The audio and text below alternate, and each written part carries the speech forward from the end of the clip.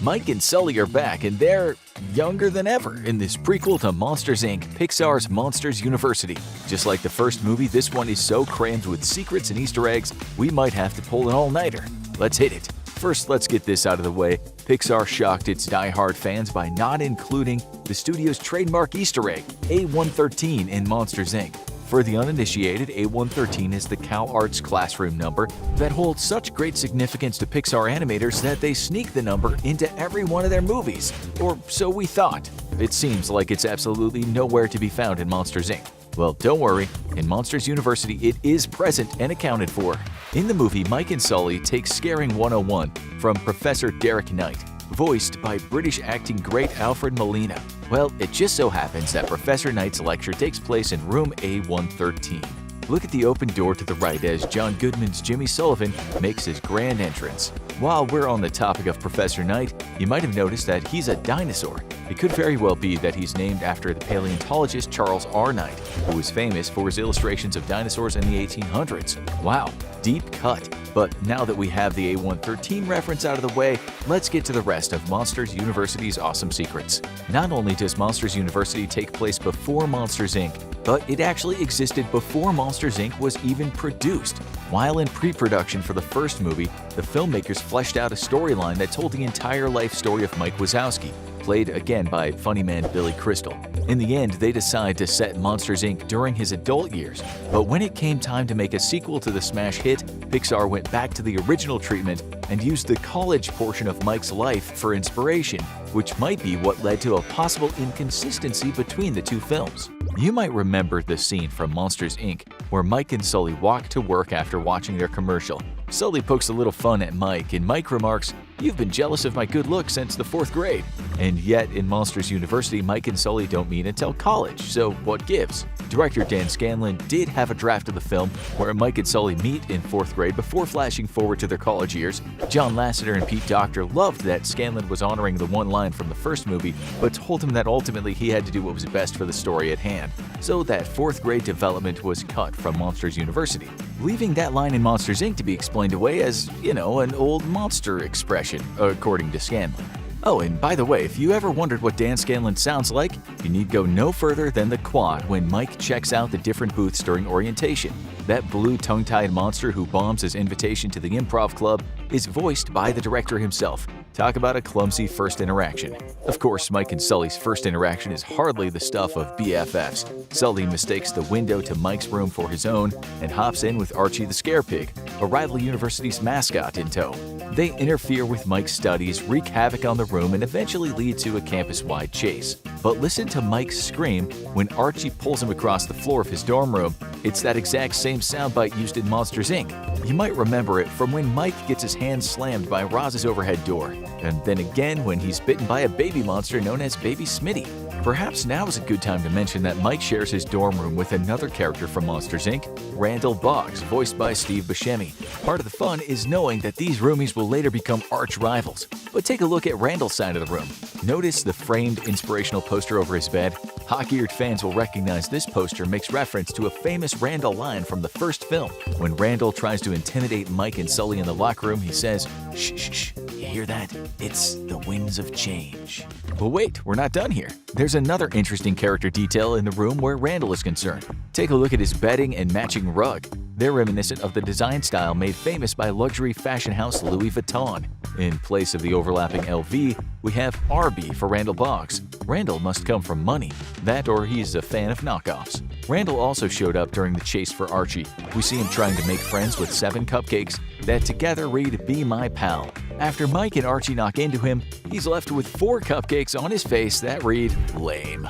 Did you know that in the different international versions of the movie, the cupcakes were smiley faces instead of letters? It was probably too much work to try and find different word gags that would work in different languages. Another fun Easter egg shows up during the chase. As Mike rides Archie the Scare Pig into the Jocks fraternity house, take a look to the left under the tree. It's another signature sighting of the Pizza Planet delivery truck from Toy Story. The Greek system plays a huge role in Monsters University. Monsters can only participate in the annual Scare Games if they're part of a fraternity or sorority. The Scare Games were first created by Dean Abigail Hardscrabble, voiced by Dame Helen Mirren. Did you know that she was actually offered the role outright? But the ever-consummate professional Mirren requested that she audition for the role. She wanted to make sure the filmmakers were satisfied with the performance she had to give. Of course, as a voice performer, she has nothing but pearls to give. As the character, she gives Mike and Sulley no end of grief, even kicking them out of the scare program after the two accidentally break her prize scare canister during finals. Mike and Sulley have no choice but to join forces, join a fraternity, and win the scare games in order to be let back into the scare program. Easy enough, right?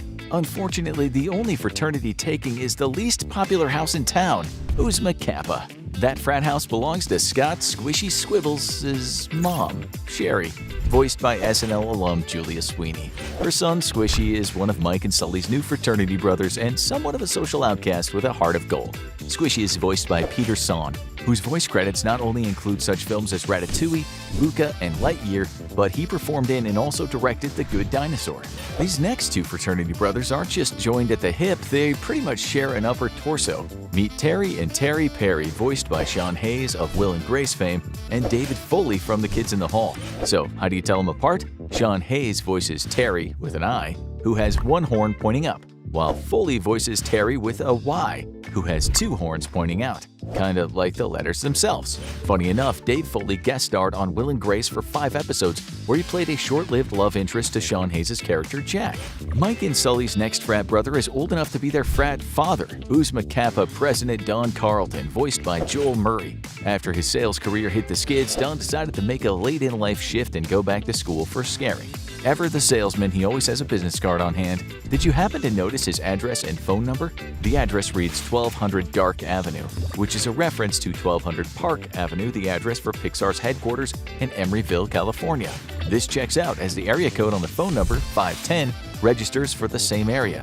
The rest of the phone number is fake, however, as the exchange number is 555. Did you ever wonder why so many movies have phone numbers that start with 555? Early in the 11-digit phone numbering system, the numbers 555 were reserved in order to prevent calls to real people from die-hard fans of any film or television property that features a phone number. These days, only 99 numbers are available for this very use, 555-0100 through 555-0199. Slim pickings, am I right?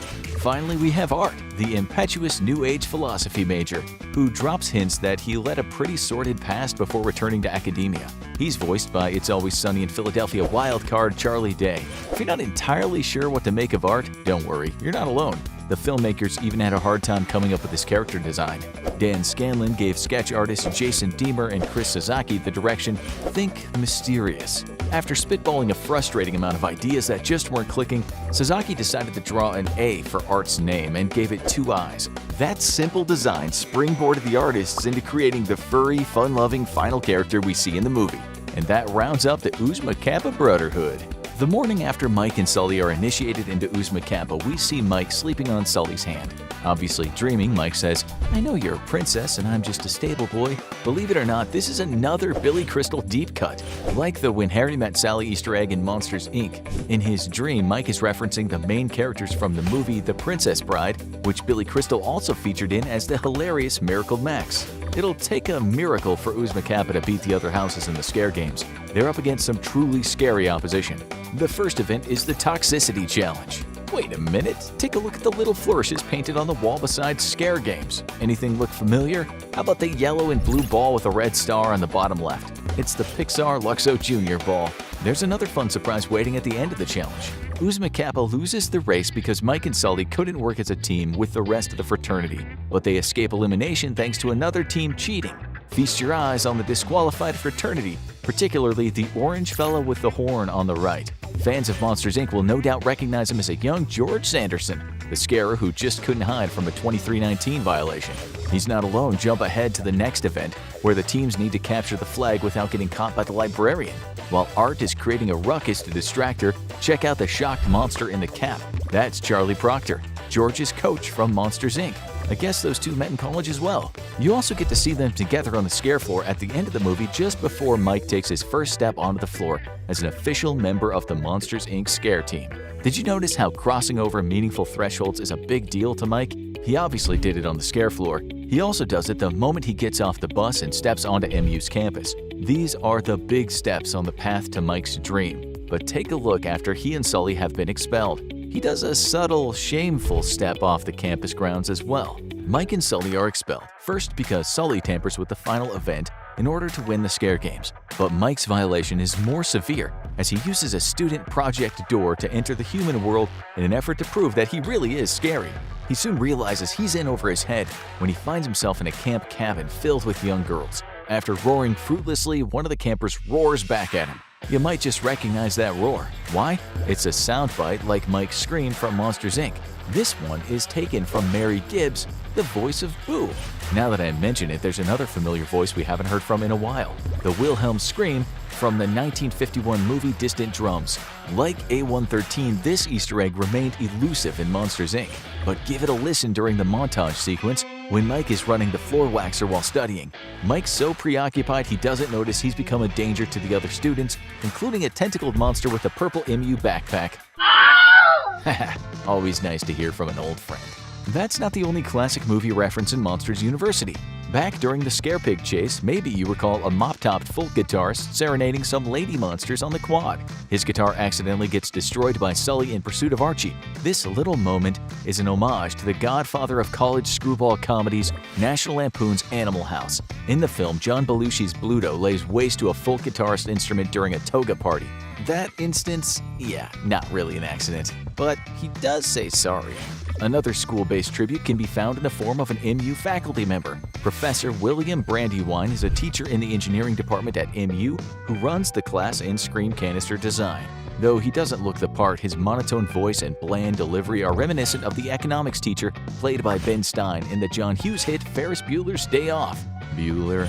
Another fun fact about Brandywine. Take a set of clippers to him and what do you get? As it turns out, you get Don Carlton as his basic character model. The next Easter egg happens pretty quickly, but give a listen to the different sound bites triggered by the traps during the Don't Scare the Teen challenge. At one point, Art dodges a teen obstacle where a teen girl's voice can be heard saying, "But Daddy, I love him." The inflection is identical to the delivery of the same line by Ariel in The Little Mermaid during a fight with her father, King Triton. There's something else here worth pointing out. Check out the t-shirt on the girl's would-be boyfriend, black with a white skull. In the world of Pixar, this is a clear wink at the bulliest of bullies, Sid Phillips from Toy Story. Of course, Monsters University has its own set of bullies, but none more calculating or intimidating than Roar Omega Roar President Johnny the Jaw Worthington III, voiced by Nathan Fillion. After Uzma Kappa proves themselves for a second time in the Scare Games, they're invited to Roar's house party, but under false pretenses. Johnny plays a prank on Uzma Kappa, showering them in pretty colored paint, glitter, flowers, and stuffed animals. This is a clear homage to Brian De Palma's adaptation of the Stephen King high school chiller Carrie, in which the titular character is doused in pig's blood at her prom. Obviously, that's a little gory for our audience, not to mention poor Archie. So here's a fun moment from the art club table in the orientation scene. Of course, early on in the movie, Sulley does everything in his power to curry favor with Johnny and the Roar elite, but Johnny reserves judgment, noticing how Mike Wazowski begins to overtake Sulley on the books. When the Roar Omega Roar brothers get a look at Sulley's C- test, pause to take a closer look yourself. Sulley's answer to number 6 is a fun little detail and perfect example of how he tries to coast on his talent alone. Of course, Sullivan eventually comes around and realizes that when he joins forces with Mike, they're a winning combination. Still, it probably would have been nice had he come to that realization before they got expelled. But MU is not the only doorway to these monsters' dream job. Monsters, Inc. is always hiring in the mailroom. Speaking of, here's another fun nod to the first movie. Look who supervises them in the mailroom. It's the Mr. Snowman. Voiced again by Pixar's Lucky Charm John Ratzenberger. This cameo is double the fun for Ratzenberger fans who remember John from the hit sitcom Cheers, because in that show his character Cliff Clavin worked for the U.S. Postal Service. See what they did there? Also, did you happen to see the lemon on his tie? A fun little nod to the snow cones awaiting him in the future. Turns out he's not the only monster who knows how to make lemonade from lemons. We see Mike and Sulley rise through the ranks via a creative locker-bound montage, where the two shine in every job on their quest for the scare floor. Pay attention, there are loads to see here. Pause fast the moment you get a load to the inside of Mike's locker. Right beside the award for most mail delivered is a spray can of wet dog odorant, which is what Mike wore to Celia's birth date in Monsters, Inc. Along the left wall is a ripped piece of paper with notes regarding what to do with Mike's least favorite part of the job, the paperwork. Remember the color codes he quickly spouted off to Sulley on his way to Harryhausen's? Pink goes to accounting, fuchsia to purchasing, goldenrod goes to Ross. Do you remember what to do with puce? Check out the pink lipstick note next to the picture of Mike and Sully's first day of cafeteria service. Looks like Mike's met and begun to woo the lovely Celia. Look at the picture in the article entitled Impressive New Recruits, and you'll see the back of Scare Instructor Flint, voiced by Bonnie Hunt in the first film. Interestingly enough, Bonnie's voice is featured in Monsters University as well, but not as Flint. This time around, she's the voice of Mrs. Karen Graves, the teacher who takes young Michael Wazowski and his class on the school field trip to Monsters, Inc. that will forever change little Mikey's life. Check out Mr. Waternoose. Nice fro. Still, if we only knew then what we know now. Finally, right next to Mike's new Polaroid of his and Sully's first day on the Scare team is a familiar photo of Celia that can be seen in Mike's locker in the original Monsters, Inc. Notice how he also has an awful lot of post-its reminding him to do his paperwork in both movies. I guess some things never change. I hope you liked this video and found some cool new details you hadn't seen yet in Pixar's Monsters University. Make sure you subscribe to Movie Logic for more daily movie facts, trivia, and Easter eggs.